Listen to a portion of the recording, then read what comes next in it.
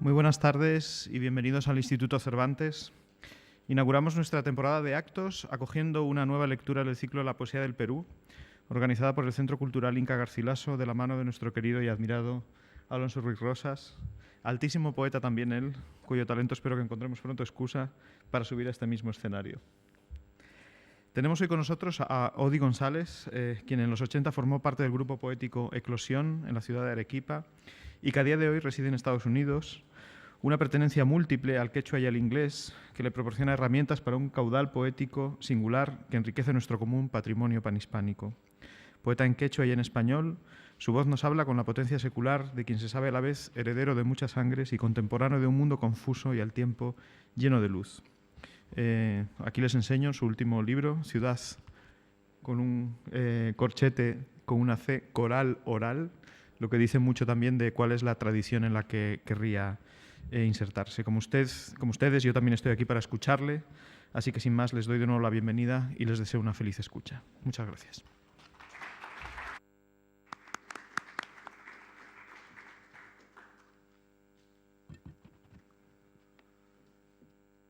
Queridos amigos, no sé si está bien, se escucha bien, gracias. Quiero, en nombre de la Embajada del Perú, agradecer una vez más la hospitalidad del Instituto Cervantes que permite que realicemos, con la colaboración desde luego del Centro Cultural Inca Garcilaso, este ciclo llamado La Poesía del Perú, jornadas de creación y de reflexión.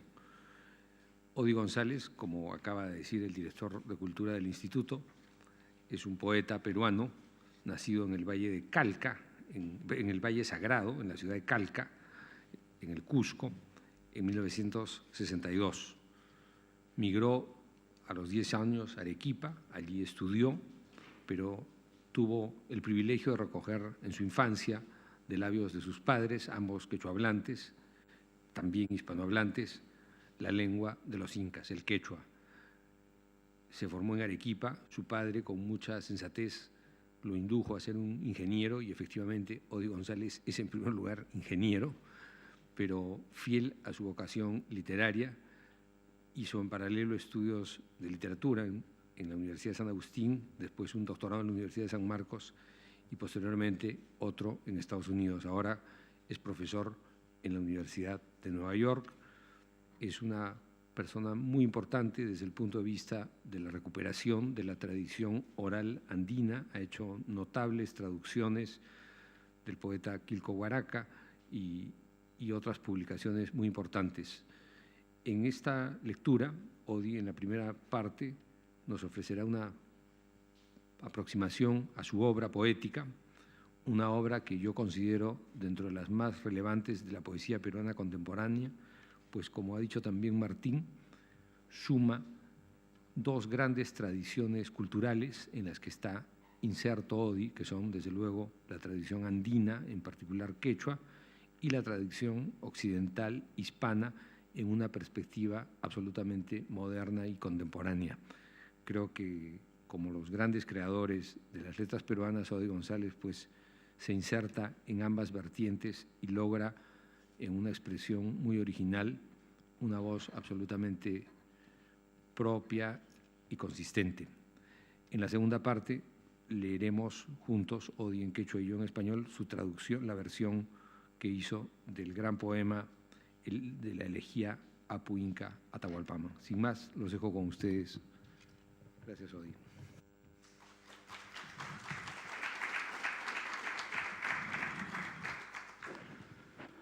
Amigos, buenas noches. Quiero agradecer al embajador de Perú en España, agradecer al Instituto Cervantes por haberme invitado para estar esta noche aquí. Quiero agradecer, por supuesto, a Alonso Ruiz Rosas por sus sinceras y gratas palabras y expresarle también mis condolencias por el reciente fallecimiento de su padre, el gran poeta, formador de muchas generaciones de poetas, don José Ruiz Rosas, que en paz descanse. quiero agradecer, por supuesto, a todos ustedes por vuestra presencia esta noche. En términos territoriales, pienso que el poeta, el escritor, es por naturaleza un sujeto fragmentado, migrante, fronterizo. Articular esos fragmentos a través del lenguaje es la contienda diaria del poeta. En Latinoamérica, en el Perú y más concretamente en los Andes, convivimos con España hace ya 6 siglos. Habitamos 2 mundos, habitamos 2 culturas, 2 lenguas, el español y una lengua nativa, quechua, aymara o cualquiera de las 36 lenguas amazónicas. Por tanto, el español no solo es una lengua hegemónica, es una lengua de convivencia. En mi caso, como en la mayoría de los mestizos, mi lengua materna es ese tumulto aglutinante quechua-español que lo aprendí en la infancia. En mi caso, mi afición por la literatura no proviene inicialmente de los libros. No vengo de una familia de intelectuales, en casa no tuvimos biblioteca. Entonces, no son los libros o no fueron los libros el influjo primigenio para mi posterior afición por la literatura. Fue la tradición oral andina y en español que oí de niño, aquellos cuentos, aquellos relatos sobre condenados y almas en pena, sobre sirenas y carruajes de fuego, ninacarros que oí de niño y que hasta ahora me atormentan. Para liberarme, urdí libros de poesía y 2 tesis doctorales.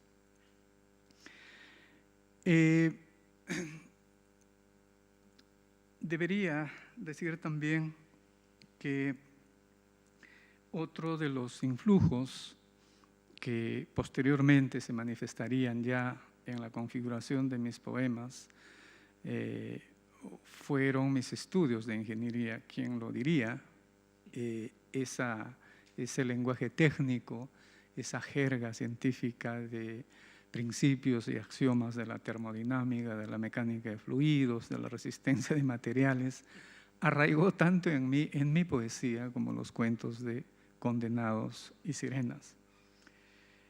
En mi poesía rige un sustrato oral-coral, como lo señaló Martín,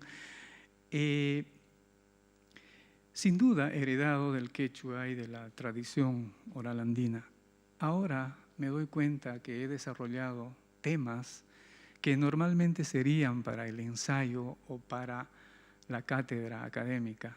Yo los encaré desde la poesía y tal vez por eso algún crítico en mi país dijo de mi poesía que era una suerte de confluencia entre poesía y etnografía.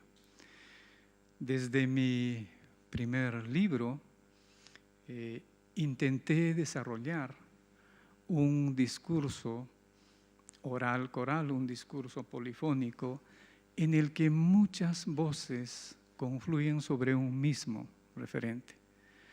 Valle Sagrado, mi primer libro, es un libro que da cuenta de un pueblo andino desvanecido.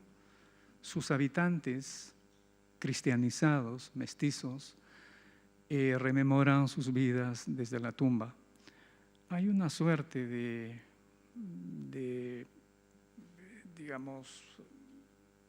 mixtura, diríamos, de un sincretismo pueblerino en este libro entre lo cristiano y los rituales andinos prehispánicos, ¿no? De este libro empezaré a leeré un par de textos. En sus moradas de hollín y lumbre, mi anciano padre viudo guarda desde ya su ataúd listo para el día final. Le acompañan allí, entre las ánimas y el Señor de la amargura, un par de gatos, el terno gris, la cama tendida, su triste espantapájaros de huerta, que en vez de ahuyentar más bien, es asediado por loros y palomas del templo. El último poema de este libro, Valle Sagrado, lleva el nombre de Responso. En el gran pisonay del atrio en ruinas, dentro, al interior del viejo tronco refugio, vacío y erguido, los músicos ebrios, el cantor, los mendigos, esperan la muerte. Nunca más el lechón, las cabezas de res, la misa de gallo, tus siervas, Señor, que soplaban el fogón hasta perder el juicio. No piedad, no salvación, bandoleros que en noches de luna se tendían ocultos en grutas, en galpones, donde la Virgen Madre apareció, segundo aporque, primer riego. Nadie ha sobrevivido, Señor, ni los cargadores de andas provistos de cañazo y cocaví. Ahí quedan las tumbas, el montón, la ciruela del fraile.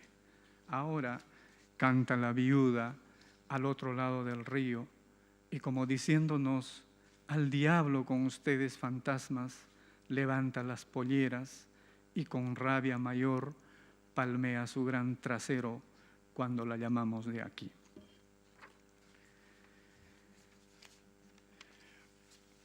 En mi siguiente libro, Almas en Pena, la propuesta oral coral es algo más radical.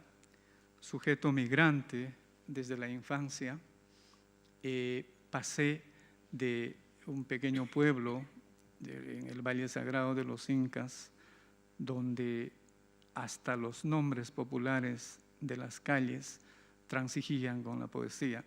Por ejemplo, la calle en la que nací la llamaban Jirón de los Jilgueros. Ahora lleva el nombre de un militar condecorado y marchito, como diría mi amigo Dino Jurado, poeta peruano. Lo cierto es que salí de Arequipa a Cusco, de Cusco a Arequipa más o menos a los 10 años. Y allí, amigos, quisiera referirles un hecho que trasluce que para la poesía nada le es ajena. Por entonces, en uno de mis viajes de retorno de Arequipa a Cusco, mi madre me esperaba con la triste noticia del fallecimiento de uno de los amigos entrañables de mi padre y que debíamos ir a la casa del difunto para expresarle las condolencias.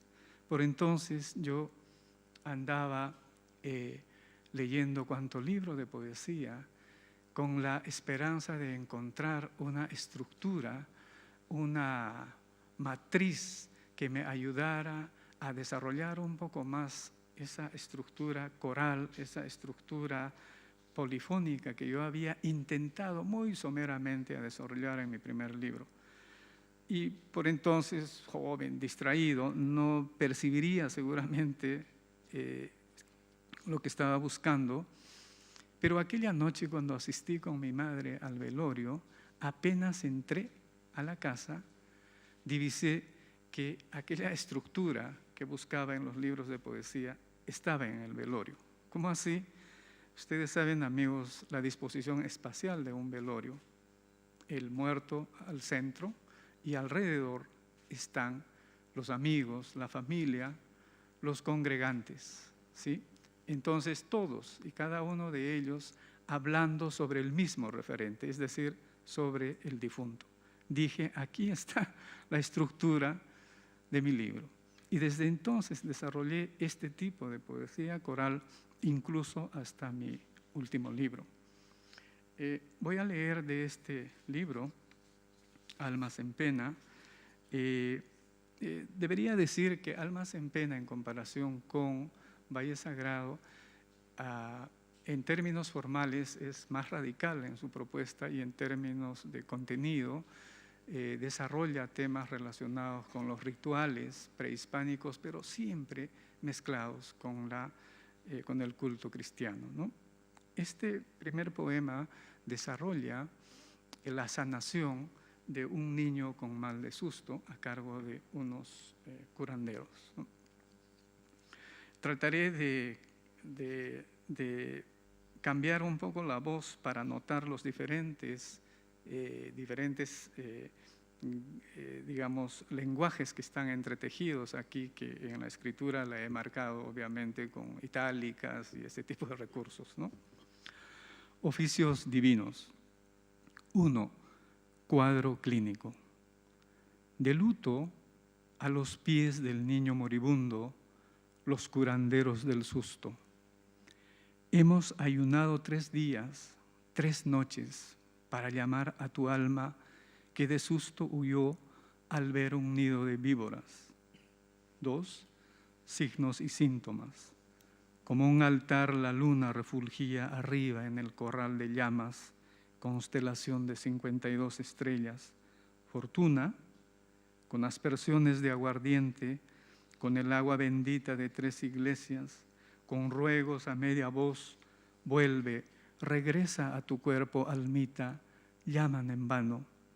El ánima del niño deambula por los barbechos, por los frutales, dejando huellas de pezuña, los pies planos en el terreno blando recién arado. ¿Juegas con granos de maíz al acertijo? ¿Tienes tal vez en el talón una espina clavada? Di, ¿tus puños de crío están infestados de verruga por jugar con barro? 3. Prescripción. De la coronilla a los pies, bañar con agua de malva el cuerpo del enfermo. Después, arrojar esa agua al sitio mismo donde se asustó la persona.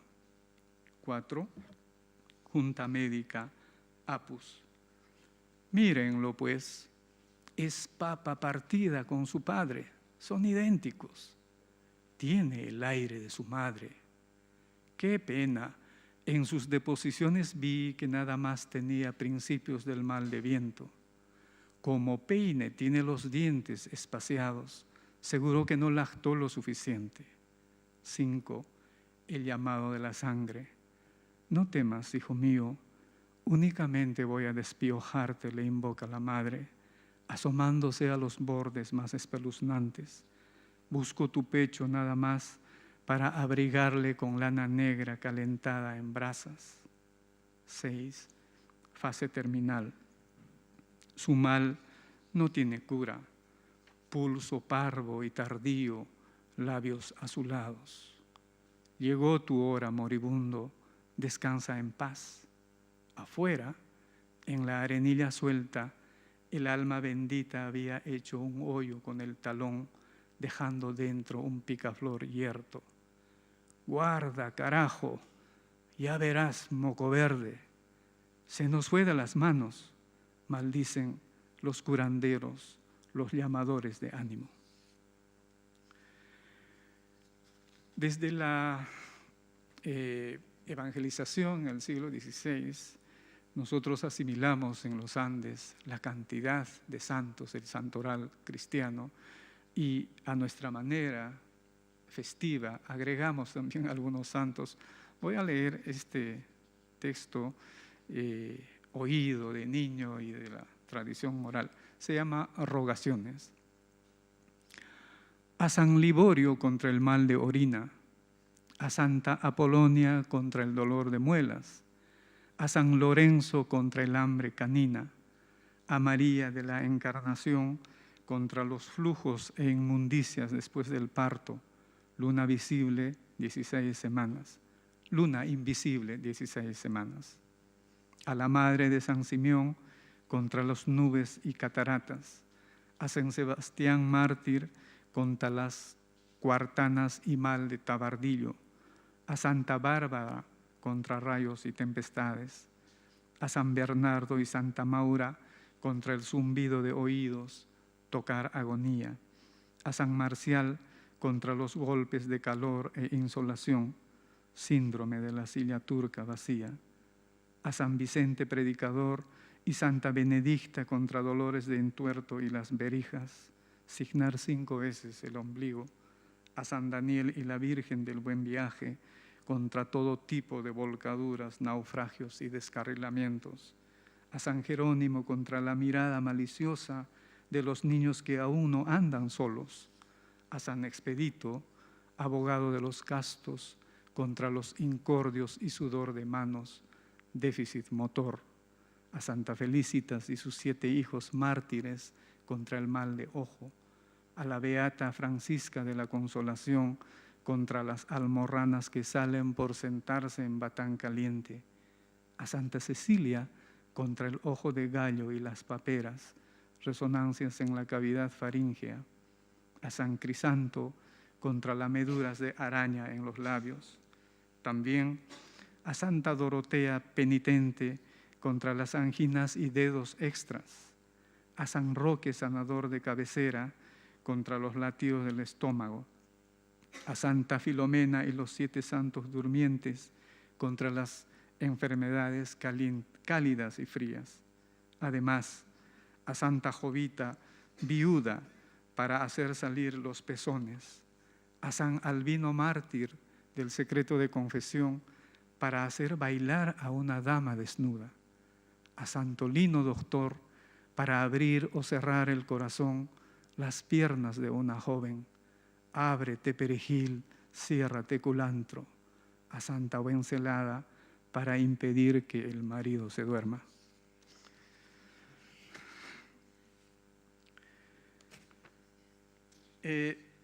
Mi errancia de sujeto migrante no terminaría en Arequipa. De Arequipa pasé a otro país, a los Estados Unidos. No hice la ruta tradicional de todo provinciano peruano de llegar a Lima, la ciudad capital. Me fui directamente a los Estados Unidos, a un país más vasto, a una cultura distinta y, por supuesto, a una nueva lengua. Allí, mientras realizaba mis estudios de maestría y doctorado, me sobrevino lo que allá llaman el cultural shock, una especie de trance pesadillesco, que no sé si lo habré sofocado totalmente, de preguntarme cada día, de preguntarme, de cuestionarme, de interpelarme quién diablo soy, a dónde pertenezco, qué hago aquí y no estoy allá. Realmente fue unos meses terribles de interpelaciones y de tremenda soledad, en la que poco a poco mi lengua nativa, mi cultura nativa fue emergiendo como una tabla de salvación. En aquel país multirracial, multiétnico, de muchas lenguas, me reconocí con toda seguridad como un sujeto andino, como un sujeto fragmentado, como ese sujeto migrante, ese sujeto fronterizo que aludí. Así es que por aquella época el libro Valle Sagrado ganó un premio nacional importante, y por aquella época, en uno de mis viajes a Perú, en una entrevista dije algo que el entrevistador le disgustó porque pensó que le estaba tomando el pelo. Dije concretamente que en Estados Unidos mejoró mi quechua. Y es completamente cierto. No estaba mintiendo ni estaba tratándome de hacer el listo. En el Perú yo hablaba el quechua, en Arequipa mucho menos. Pero cuando llegué a Estados Unidos, después de un semestre en el que, como todo teaching assistant, tuve que enseñar español, a partir del segundo semestre se me dio la oportunidad de enseñar el quechua al nivel de graduados de maestría y doctorado que estaban estudiando antropología, arqueología, lingüística, tejidos, lo que sea, dentro de las ciencias sociales. Obviamente para enseñar no es lo mismo que hablar, ¿no? Tuve que estudiar el idioma por Realmente fue una temporada bastante ardua. Así es que tuve que elaborar sílabos, tuve que elaborar los textos de quechua. Entonces, ciertamente mi quechua mejoró, no estaba mintiendo, ciertamente. Y también por aquella época empecé a trabajar como traductor del quechua al español, sobre todo, para Smithsonian, American Indian Museum, y trabajé también para National Geographic Television de Washington, D.C.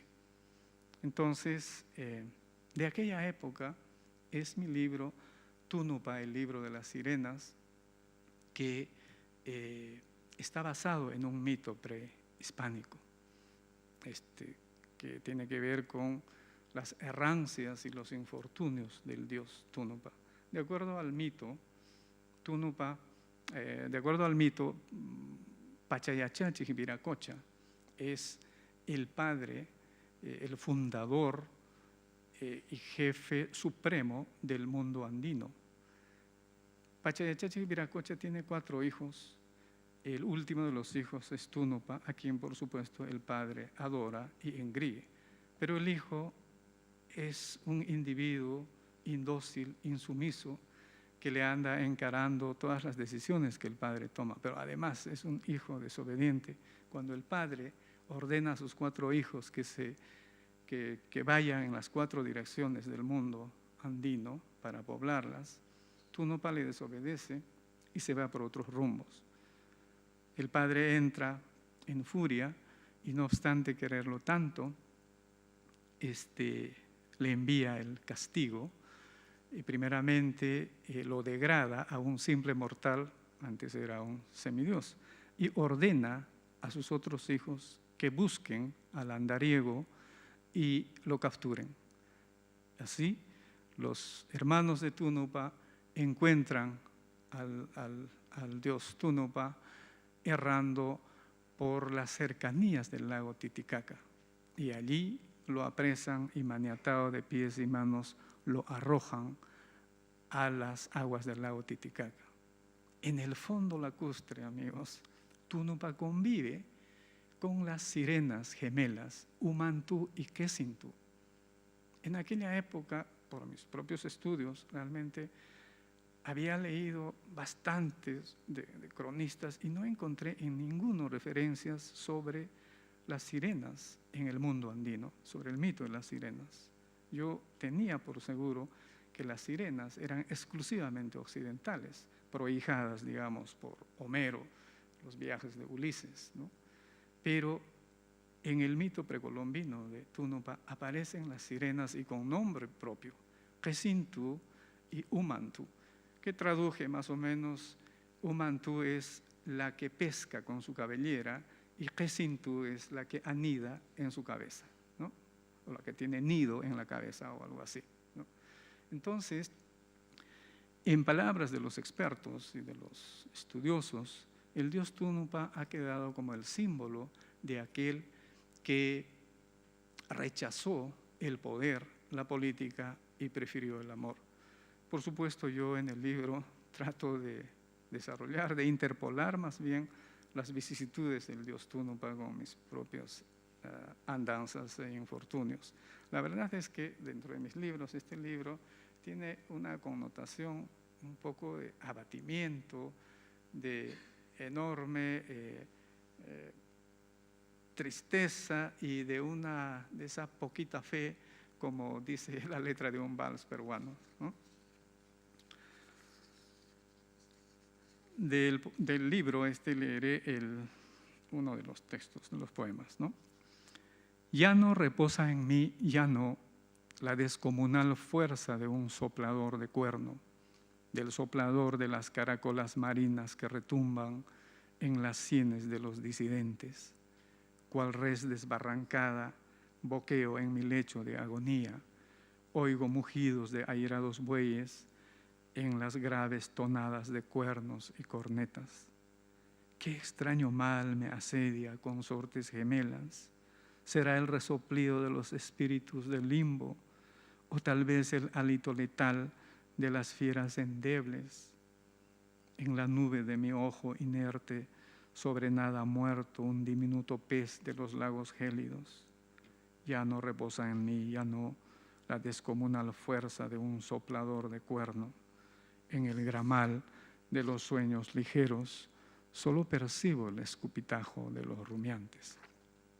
Debería agregar que este libro, Tunupa, el libro de las sirenas, fue editado en edición trilingüe, quechua, español e inglés. En aquella época de crisis me obligué a escribir en quechua 5 poemas y traducirlas al español.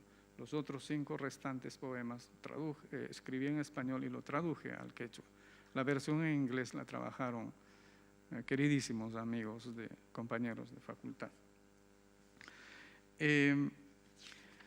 Mi siguiente libro, la Escuela de Cusco, es otro en el que confluye la dualidad Perú-España, o más bien diríamos la dualidad Andes-España. Desde el periodo de la evangelización en el siglo XVI, durante este tiempo, a los Andes llegaron 3 artistas europeos: Angelino Medoro, Bernardo Demócrito Vitti y Mateo Pérez de Alessio. Y se establecieron en las principales ciudades del virreinato, en Lima, en Cusco, en Arequipa y Huamanga en el Perú, en La Paz, en Chuquisaca y Potosí en Bolivia y en Quito en Ecuador. Más tarde llegaron más pintores españoles, por supuesto, y en Cusco abrieron talleres de pintura concurridos mayoritariamente por estudiantes o por personas mayoritariamente nativos y mestizos. Artistas extraordinarios, los maestros de la escuela cusqueña, que podían plasmar en los lienzos el brillo de la lágrima, por ejemplo, de María Magdalena Llorosa, o las carnaciones róseas de un arcángel arcabucero, no podían, sin embargo, firmar su nombre y apellido, es decir, escribir sus nombres, ni siquiera trazar sus iniciales. Los más audaces, amigos, firmaban sus cuadros con la figura de un pajarillo de su región. Entonces, por esta razón, estos grandes maestros, no obstante ser la contribución, en mi opinión, ser la contribución pictórica más importante de los Andes a la pintura universal, quedaron anónimos y fueron conocidos con nombres genéricos, muy genéricos, como por ejemplo el maestro de la iglesia de Pitumarca, el anónimo de la catedral, el anónimo de la iglesia de la compañía, cosas así. Estos grandes maestros, además de su labor artística, formaron parte de los diferentes movimientos de resistencia a su manera, ¿no? En este libro es un homenaje a estos grandes maestros. Hay una edición en inglés que salió en Nueva York de este libro, y en las críticas del libro decían una que me parece interesante, que decían que este no es un libro, es un museo parlante, ¿no? Talking Museum.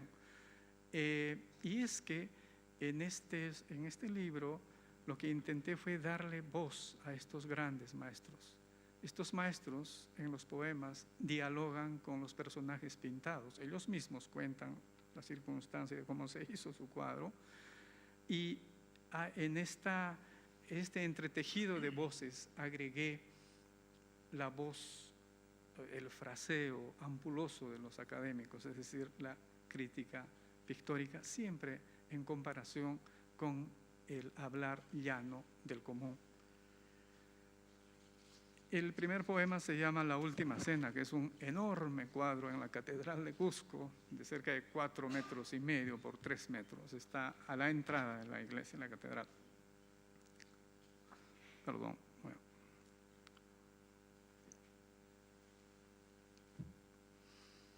La Última Cena, Catedral de Cusco. Atribuido a ciegas al círculo tenebrista de San Blas, al anónimo de Maras, al maestro de Taray, poco tengo que decir. El lienzo salió de mi mano, yo pinté, doré, estofé la Santa Cena. Aquí, el taimado pintor indio, el anónimo de la catedral, en un rafto delirante añadió por cuenta propia potajes y viandas de su cosecha. En lugar del consagrado pan sin levadura, dispuse en la mesa pascual cuy asado, rocoto relleno, panecillos de maíz tierno, ají amarillo chiriuchu, como si el cenáculo no fuera en Tierra Santa, sino en una fonda cusqueña, una chichería, digamos, La Chola. Otro poema del mismo libro y que realmente da cuenta de esa, digamos, de esa unión irrenunciable entre Perú y España, es este llamado matrimonio de don Martín de Loyola con doña Beatriz Ñusta, que era la última princesa inca, y don Martín de Loyola es sobrino nieto del fundador de la orden de los jesuitas. Entonces, este es otro cuadro. En este caso, la voz hablante es la última princesa inca, siempre con acotaciones de la crítica pictórica y otras voces. En el bisel de mis labios tengo un lunar que mi marido jamás vio, menuda y sobria, sin el pedestal de los tacos altos, la novia posa aquí al centro, un nudo en la garganta. Por siglos cuelga la bóveda coral, por siglos cuelga bajo la bóveda coral de esta iglesia mi ceremonia nupcial con la farsa de un enlace imposible. Con este matrimonio emparentaron entre sí la Real Casa de los Reyes Incas del Perú con las dos casas de Loyola y Borja, excelentísimos señores grandes de primera clase. Me casé mientras mis tropas guerreaban en Vilcabamba, en Sunturuasi, y porque mi padre había pactado y se hizo cristiano, un matrimonio concertado. No hubo pedida de mano, no declaración de contrayentes, ni pregón de edictos, ni amonestaciones. En planos sucesivos conforman el lienzo 3 grupos separados. El pintor no pudo juntar a sus personajes, un gentío de 26 vecinos. Aquí estoy en minoría, soy del linaje imperial de Yucay, me subyuga el parloteo de los loros. San Ignacio de Loyola y San Francisco de Borja, testigos de la boda, piensan y viven en el lienzo. Vestido a la moda de los Felipes, sus manos tienen blancuras femeninas, mi consorte galantea, promete el oro y el moro, quiere descendencia real. Soy la última princesa inca, criada por las monjas clarisas. No seré del harén, madre soltera, la concubina que se ahorca con sus trenzas.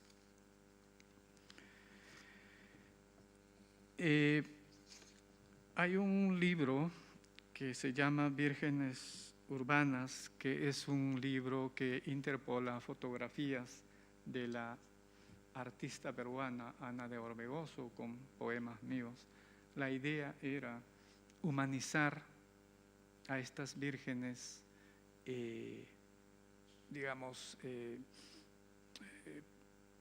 humanizarlas a las vírgenes cristianas pintadas en los cuadros durante la colonia, o bajarlas del pedestal en el que fueron confinadas en los templos.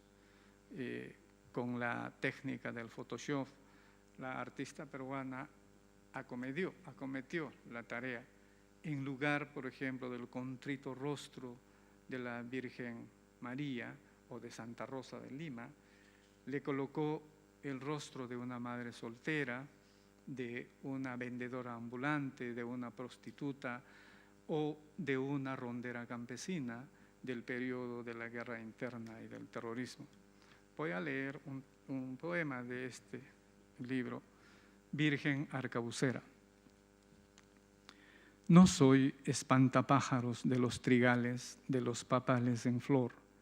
Soy la danzante de las cuadrillas de Caracoto. A la muerte de mi marido, de mis hijos degollados como carneros, matanza de los santos inocentes, me hice cabecilla del grupo de ronderas de la zona de emergencia. Lucho contra los matarifes de ambos bandos, ejército, terrucos. Carruajes de fuego me sobrevuelan, mis batallones diezmados bullen en mi cabeza, almas en pena. Mi marcha termina en humildes camposantos, fosas comunes, donde enterré a mis muertos. Allí sollozo y limpio mi arcabuz. El otro libro, rápidamente, estamos bien de tiempo. Ya.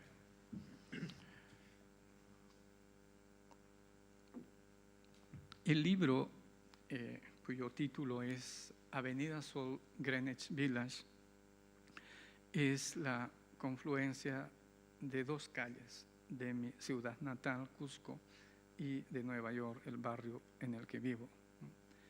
Aunque en este libro fue escrito completamente, totalmente en Nueva York, pero Nueva York todavía no aparece. Este poema es un homenaje al gran cronista Felipe Guamán Poma de Ayala. Camina el autor. Un río, en mis ojos reteñidos de sangre, fragua vil barro, lodo, restos de aluviones seguidos, sedimentos, lava. Un río, en mis ojos discurren parcelas, huestes por línea materna, familia numerosa, todo enterrado. Las veces que arranqué las canas de las sienes de mi padre joven, el alma Vicente. Una manada de ciervos rojos en mis ojos rojos y plantaciones de café, pasturas naturales, valles cocaleros, todo enterrado. En las cuencas, avenidas abiertas por los aluviones, cunde el vocerío de las vendedoras de pan, turba, séquito, en las bocacalles, todo enterrado. El puro silbar de los pulmones de Bernaquito asmático, el hermanito finado de quien tuve que ponerme sus ropas, las herramientas hechizo de mi padre carpintero, gramil de amil, sierras, garlopas que pulsaron sus manos calientes, blanquísimos sombreros con cintillo azul oriente, sombreros de mestiza, galas de mi madre, todo enterrado. En mis orejas sucias, corral de llamas, niño andino, rebulle la carga de los aluviones y surcos, terrones calcinados por la urea, pesticidas, suelos forrajeros, todo enterrado. La adicción de los colibríes disipa la niebla de las cuencas bajas. En mis andanzas por algunos países y culturas he visto tantas exposiciones, no solo en el Perú, sobre cultura prehispánica, especialmente sobre las momias, que era la forma de preservar a los muertos, a los ancestros. Pero en un pequeño pueblo de Holanda, muy cerca a Ámsterdam, en Genemeiden, realmente me sobrecogió una muestra de momias prehispánicas. En este caso, la momia no pertenecía a la élite del emperador inca ni a los funcionarios de su entorno. Eran momias de simples mortales, o los Hatun Runa, como los llamaban los ciudadanos del común, ¿no? Esta momia que vi en Holanda en una exposición era de una madre agarrando a sus hijos. Fue conmovedor realmente.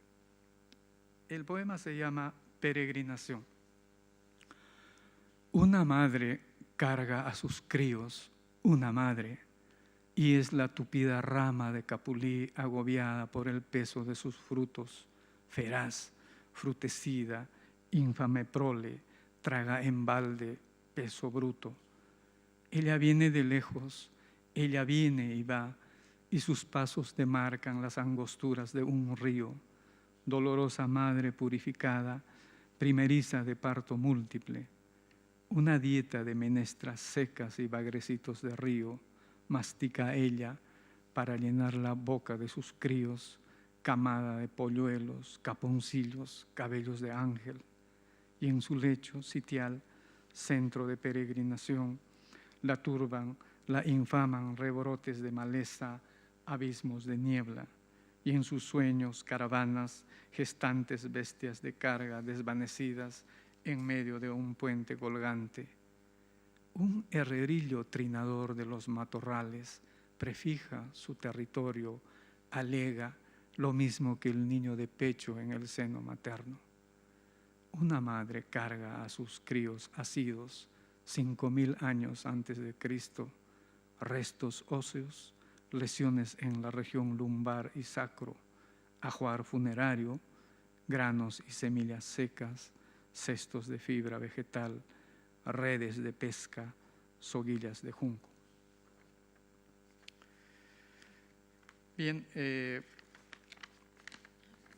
voy a terminar mi lectura con mi reciente libro, Ciudad Coral, que fue publicado el año pasado. Este es un libro que surge de la convergencia de esos mundos distintos, diversos, de esas culturas y de esas lenguas que he habitado. Es definitivamente un libro asediado por las interferencias idiomáticas. En el maridaje, poesía, Nueva York, el español Federico García Lorca es un referente central, por lo menos en la poesía escrita en español. El otro caso, amigos, como saben, es el caso del cubano José Martí. Martí estuvo en Nueva York un par de veces, en 1881 hasta el 83 me parece, y otro en 1891 y algo así. Pero no se sabe de Martí cuánto gravitó la ciudad de Nueva York en su poesía. Lo que se sabe de Martí es que durante su estancia en Nueva York, realmente él se dedicó, trabajó como un activista por la independencia de Cuba y de los países latinoamericanos. Pero en García Lorca, realmente el libro es sobre Nueva York, ¿no?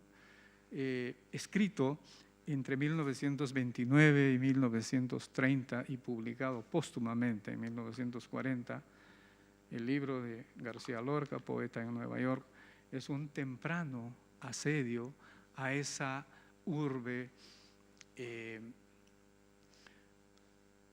a esa urbe de los negocios y del jazz, de los rascacielos, del crack de 1929, y también es un asedio a esa ciudad irrefrenable, cuna de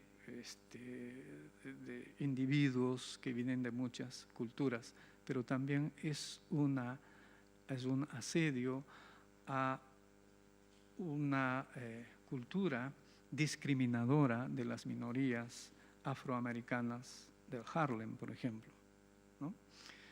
Este libro de García Lorca, la verdad es que es bastante crítica con Nueva York.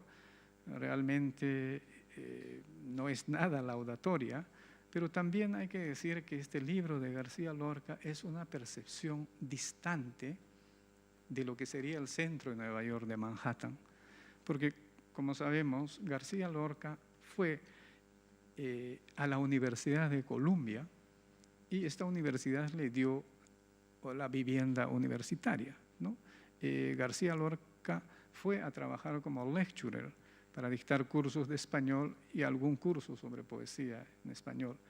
Incluso ahora, amigos, como muchos de ustedes seguramente conocen, en Nueva York, realmente la Universidad de Columbia está a una buena distancia de Manhattan, que sería el centro de la ciudad. Y parece que García Lorca solo iba para allá los fines de semana y en realidad no ha sido su contacto, no vivió en Manhattan o en el Village. Lo cierto es que García Lorca, antes de viajar, antes de partir a España, dice: Nueva York me parece horrible, por eso mismo me voy allí. Al llegar a Nueva York, la llama a Nueva York Senegal con máquinas, ¿no? Esto me recuerda a la jungla de cemento, ¿no? Más o menos. Y en uno de sus poemas dice: sus gritos llenan el valle donde el Hudson se emborracha con aceite. Y en sus cartas arremete todavía más, dice: espectáculo de suicidas, de gentes histéricas y grupos desmayados, espectáculo terrible pero sin grandeza. Nadie puede darse idea de la soledad que siente allí un español y más todavía un hombre del sur. De ese libro, nosotros, que es un referente fundamental, tomamos una cita que abre el libro: un día los caballos vivirán en las tabernas. Y a esa metrópoli, ya de estos tiempos, a esa metrópoli multicultural, multiétnica, esa sociedad irrefrenable y violenta y llena de glamour, es la que traté de plasmar con mi dicción andina. Voy a leer el poema que debería decir algo antes de leer. Gregorio Condori Mamani es un cargador de bultos, que es un oficio que todavía se ejerce en ciudades como el Cusco, ¿no? Si tú llegas, tienes una maleta, alguien te lo lleva, ¿no? Ese es el cargador de bultos. Este cargador de bultos dio su testimonio a un par de antropólogos, un testimonio en quechua, que luego los antropólogos tradujeron y publicaron traducido al español, ¿no? En mi opinión, el poeta quechua más importante de estos tiempos es ese cargador de bultos, y letrado. En los años 90, cuando leía al gran escritor Milan Kundera, cayó a mis manos el testimonio de Gregorio Condori Mamani. Y la verdad es que ese entretejido al momento de narrar su vida, con alta filosofía, con sabiduría popular, con humor y con la cuota justa de poesía, realmente me cautivó, que puedo decir que hay un antes y después en mi experiencia al leer este libro. Este libro, por lo demás, es el libro peruano más traducido en el mundo y el menos leído en el Perú, realmente. Sobre estos dos grandes escritores, Kundera y Condori, traté de hacer este poema, que es así, ¿no? Kundera o Condori, no sé quién es mejor fabulador. WhatsApp, Festival de Rachi, solsticio de invierno, 2 amaneceres. Aún tenía en los labios la marca de haber emboquillado la quena toda la noche. Conjunto Coricoillor versus Imagine Dragons, Wild Nothing. Yip relumbre el primer rayo de sol, cuadrante río arriba. El oído interno de hombres y fieras lo percibe, como percibe la campana interior de las piedras sagradas, el canturreo de las grávidas, de las escogedoras de granos de maíz, música de viento, nación de oidores, toril, danza wakataki, carnaval de Mara, Irish puff, bombos, flautas, cuerdas, acordes similares, world music, MP3, global village, ecuación con 2 variables y una incógnita. Kundera es escritor, Kondori iletrado, cargador de bultos, gen, dominante, le dicta su conciencia. Si dice ñan, en su lengua oral, dicción de 3 vocales, pastos frondosos, el verdor refulge yaj.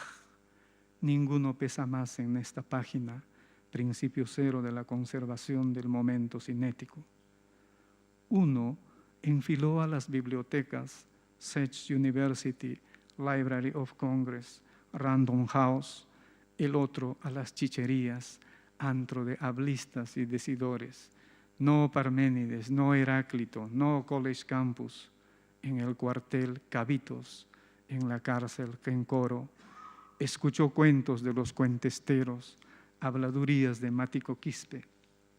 Kundera interroga el ser, el arquetipo platónico, la impermanencia, el eterno retorno.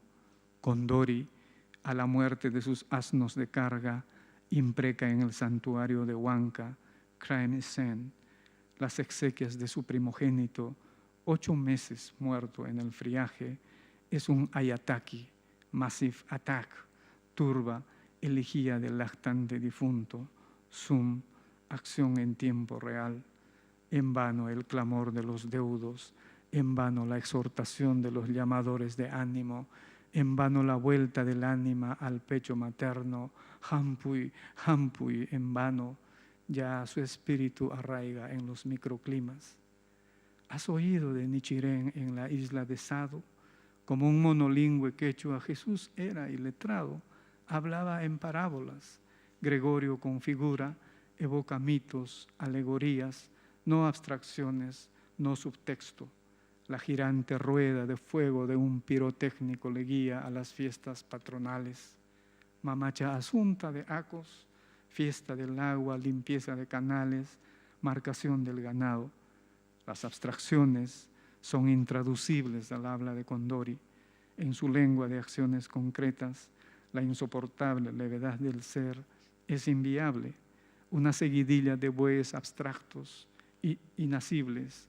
Mejor contarle de sirenas y condenados. Oralidad, escritura detonan liberación de calor y energía. Allí, el ladrido de un perro es percibido de formas distintas por Kundera y Kondori. El oído es cultural, Cusco o Praga, oposición entre 2 sibilantes, el libro de la risa y el olvido. Mi mula se llamaba renunciable, la fiesta de la insignificancia, las cajas de aguardiente Martínez, la broma, mi tío el alma Doroteo. Kondori o Kundera, no sé quién es más novelero. Amigos, y quisiera terminar con un poema que es un homenaje al ilustre Inca Garcilaso, el primogénito de 2 culturas, el mestizo, el primer mestizo de América. Elogio de una lengua nativa en la lengua dominante. Garcilaso Inca Revisit. No con los ojos, con los labios en el pezón henchido, te fui prefijando, lengua madre, en la leche, en la boca, en el oído. No en los libros, en el seno materno te hallé, no en la rígida letra, en los sonidos, lengua oral toda oídos. Ahora riges mi voz, mi oído, río N, mi honda caja de resonancia acata la leve penumbra cuando comparece lactancia materna, tañido cósmico con el que llega la luz del alba, huac, la exhalación de los bosques neblinosos. Todo vibra en el universo. Un ciervo marca su territorio en las nacientes de un río, su pisada en el barro, salto de agua, se cumple en la boca de un niño andino. La intensidad del sol de mediodía, su ardor su ardor que refulge K'an, indios, mestizos, criollos. Es como tener una oreja más, no en los diccionarios, en el firmamento sereno resplandece Ch'aj, el lucero del amanecer. La tranquilidad discurre Taj, estado del Buda. Lengua de músicas aglutinantes, jilguero consorte, canario flauta, consonante vibrante, bilabial continuativa, fricativa alveolar aspirada, oclusiva palatal sonora, concha acústica, fuelle de las sibilantes ensordecidas, alineamiento de sonidos en mi garganta. Yo escribo lo que mamé en la leche y vi y oí a mis mayores. Lengua madre, lengua útero, sufijos que se enciman, vástagos y rebrotes en lo alto del paladar, hijuelos clan, tercer ayllu Hanan Cusco. Una palabra traba tiempo y espacio, otra sujeta el sol. Enseñar, aprender tienen la misma raíz yacha. Nacer, amanecer es lo mismo. Muchas gracias, amigos.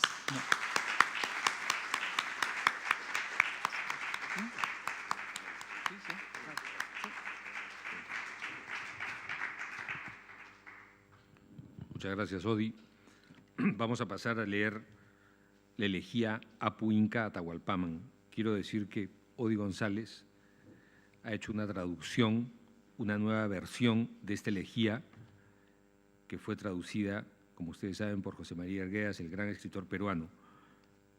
La traducción de Odi viene acompañada de un estudio muy importante, que lo recomiendo sinceramente, que es este libro, que se llama Elegía Apu Inca Atahualpaman, primer documento de la resistencia inca, siglo XVI. Nos ha ganado un poco el tiempo, de manera que vamos a proceder a la lectura. Odi leerá en quechua y yo lo voy a acompañar leyendo su versión en español. Imak uichen, kayanak uichi sayarimon, koskoj aukampaj millaywachi illarimon, tukuy imapi sejrachichit akakamon. Watupakurkan sonqollaymi sapakutin, mosquyni pipas ch'eqmi uti, chiririnka qhinchataraqmi aquy phuti. Inti tutayan q'illuyaspan huk watuypi, Atahualpata ayachaspa, chay sutimpi, wanuynillanta chikachaspa, huk ch'illmiypi. Umallantas wit'unkuña millay awqa, yawarmayus puririsqaña p'alqa, q'eqmaq kirus yarphachakunña llakisalqa, titiyanñas inti ñawillan Apu Incaj, chiriyanñas hatun sunqullan Atahualpaj, tawantin suyus wakallasqan hik'isparaq, pachaphuyus tayaykamunña tutayaspa, mamakillas k'amparmananña wawayaspa, tukuy imapas pakakunña llakikuspa. Al patriarca Inca Atahualpa. ¿Qué arco iris nefasto es este negro arco iris que se encima? Un resplandor horrendo amaneció para hostigar al Cusco, granizada incontenible arremete contra todo. Ya mi corazón lo presentía una y otra vez, y en mis sueños también, azorado, sumido, advertí el funesto moscardón de la muerte, fatalidad, infortunio. En uno de los presagios, el sol amarillea, se oscurece, amortajando el cadáver de Atahualpa, extinguiendo su nombre, su estirpe, en un cerrar y abrir de ojos.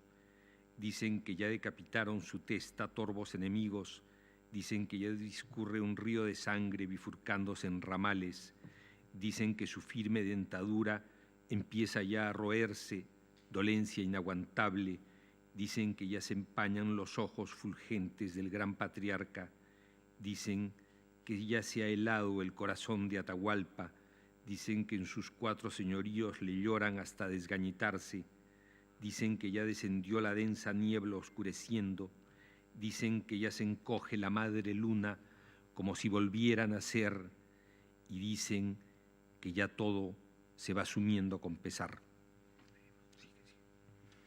Alpas michakun mejlayllanta apulampaj, p'enkakujina ayallanta munaqninpaj, manchakujina warmink'antan millp'uykanpaj. Kakapas ch'ilan apunmanta wankakuspan, mayupas qaparin phutiymanta junt'akuspan, weqiykuna kuskatanta mich'ukuspa.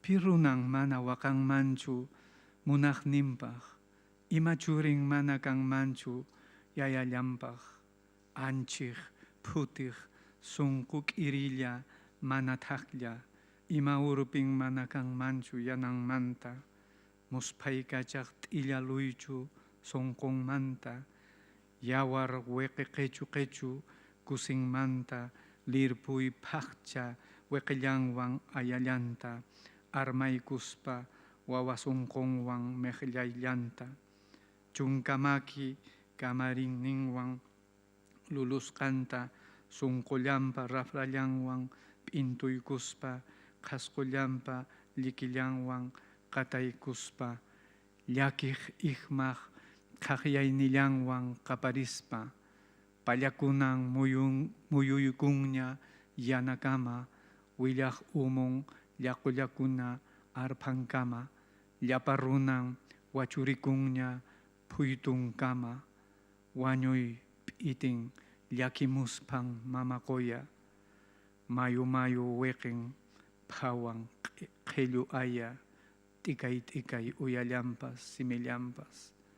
Maytan rinki chinkarispayki ñawiymanta, kay suyuta saqirispayki llakiymanta, wiñayllapaq t'akakuspayki sunquymanta, wasi junta qori qullqiwan yuraq awqa, ati millp'uy millay sunquwan tanqa, aswan t'ituy munaywan phiñasalqa, tukuy imata qusaptiyki sipisunki, munayninman junt'aykachinki, qansapayki, qaqamarqapi wañuspayki puchukanki. Dicen que la propia tierra se niega a cobijar en su seno a su señor, como si le abochornara el cadáver del que la amó, como si temiera engullirlo, sumir a su guardián. La dura roca también ceja por su hacedor, horadándose, también el río brama de pesar cuando se desborda, las lágrimas juntas, vertidas, se entremezclan. ¿Qué mortal no habría de llorar por quien le amó? ¿Qué vástago no estaría del lado de su progenitor? Doliente, compungida, malherida del corazón, sin sosiego, ¿qué doncella, qué paloma no cuidaría de su galán? Y qué apasionado ciervo cerril no se deja llevar por sus pulsiones. Se desangran lágrimas disputadas a la quitaquita de su regocijo, y con reverberante cascada de lágrimas lava el cadáver en su regazo cobijado con infinita ternura. Los que fueron rozados por sus 10 dedos forjadores, los que fueron alcanzados por sus brazadas, arropados por su corazón, los que fueron abrigados con la fina malla de su torso, chillan con gritería de viudas plañideras, y a las castas oficiantes se aglomeran vestidas de luto. El celebrante o memoria parlante se ha ceñido ya su manto más oscuro, y el resto se ha alineado camino a sus fosas. Cunde la muerte, el dolor aturde, y las lágrimas de la reina madre fluyen como riadas, cadáver amarillento, su rostro de fría natilla, sus labios yertos. ¿A dónde vas desvaneciéndote ante mis ojos, dejando este reino, abandonando a su pena, separándote para siempre de mi corazón? No obstante el recinto colmado de oro y plata, el enemigo foráneo, rapaz y voraz, precipitándose en el tumulto con su afán irrefrenable, hoscas alimañas, a quienes diste todo te dieron muerte, le colmaste de sus antojos solo tú, mas con tu muerte en Cajamarca todo se extinguió. Tukuruyanyan sirkaykipi yawarniki, Hokayarin yang nyawi kipi rikuiniki ancha koilo lilampi kawainiki anchin putin purin pawang urpillaiki muspallakin wakan sunqullaiki akoiraki ñak'ariwan sunqup'aki ch'ulmi qoriwantu k'irayniyki tukuy ima qoripuytu raki huk makipi ñak'ayqutu t'ipi tunki yuyay manaspa sapallayku mana llantuyuq rikukuspa waqasqayku mana pi mayman kutirispa muspasqayku atinqachu sunqullayki apu inka kanaykuta chinkaychaki mana kuska ch'iqi hukpa makinpi saruchasqa ñuqñuwachiq ñawillaykita kicharimuy ancha qukuq makillaykita mast'arimuy chay samiwan kallpanchasqata ripuy niway. Ya coaguló la sangre en tus venas, ya se hizo borrosa la visión en tus ojos, tu mirar se disuelve en el lado oscuro de la estrella más radiante, sola, se conduele, solloza, deambula, discurre tu paloma, tu compañera, su febril corazón pena, gime, se desgarra por la desgracia de tu perecimiento, tu dorada litera descoyuntada, tu solio y todo cuanto fue urdido con fibras de oro, vil repartija, regidos por una mano que nos hacina en el dolor, disgregados, atolondrados, enajenados, sin juicio, aislados, contemplamos nuestro cuerpo sin sombra, sollozamos sin recurrir a nadie, entre nosotros desvariamos. Permitirá tu corazón, gran patriarca, que deambulemos sin norte, dispersos, separados, en manos ajenas, humillados. Condesciende a abrir tus ojos que irradian claridad, extiéndenos tus manos generosas y con esa buena seña, alentados, dinos, regresen. Muchas gracias.